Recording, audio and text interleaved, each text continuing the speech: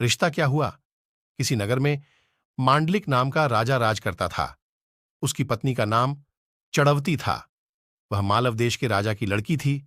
उसके लावण्यवती नाम की एक कन्या थी। जब वह विवाह के योग्य हुई तो राजा के भाई बंधुओं ने उसका राज्य छीन लिया और उसे देश निकाला दे दिया। राजा रानी और कन्या को साथ लेकर मालव देश को चल दिया। रात को वे एक वन में ठहरे। राजा ने रानी और बेटी से कहा कि तुम लोग वन में छिप जाओ, नहीं तो भील तुम्हें परेशान करेंगे।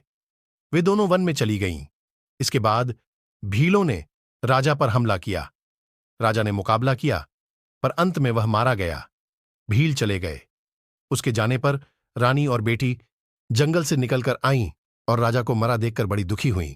वे दोनों शोक करती हुईं एक तालाब के किनारे पहुंची।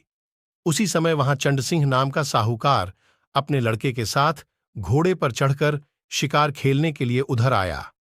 दो स्त्रियों के पैरों के निशान देखकर साहूकार अपने बेटे से बोला, अगर ये स्त्रियां मिल जों तो जाएं, जिससे चाहो विवाह कर लेना।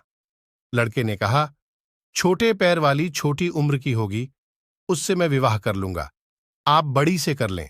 साहूकार विवाह नहीं करना चाहता था, पर बेटे के बहुत कहने पर राजी हो गया। थोड़ा आगे बढ़ते ही उन्हें दोनों स्त्रियां दिखाई दीं। साहूकार ने पूछा, तुम कौन हो? रानी ने सारा हाल कह सुनाया। साहूकार उन्हें अपने घर ले गया। संयोग से रानी के पैर छोटे थे, पुत्री के पैर बड़े। इसलिए साहूकार ने पुत्री से विवाह किया। लड़के ने रानी से हुई और इस तरह पुत्री सास बनी और मां बेटे की बहू। उन दोनों के आगे चलकर कई संतानें हुईं। इतना कहकर बेताल बोला, राजन, बताइए, मां बेटी के जो बच्चे हुए उनका आपस में क्या रिश्ता हुआ?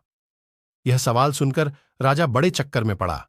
उसने बहुत सोचा, पर जवाब न सूझ पड़ा, इसलिए वह चुपचाप चलता रहा। बेताल यह देखकर बोला, राजन, कोई बात नहीं है। मैं तुम्हारे धीरज और पराक्रम से खुश हूं। मैं अब इस मुर्दे से निकला जाता हूं। तुम इसे योगी के पास ले जाओ।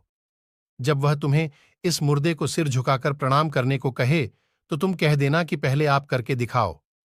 जब वह सिर झुकाकर बतावे तो तुम उसका सिर काट लेना।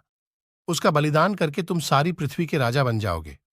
सिर नहीं काटा तो वह तुम्हारी बलि देकर सिद्धि प्राप्त करेगा। इतना कहकर बेताल चला गया और राजा मुर्दे को लेकर योगी के पास आया।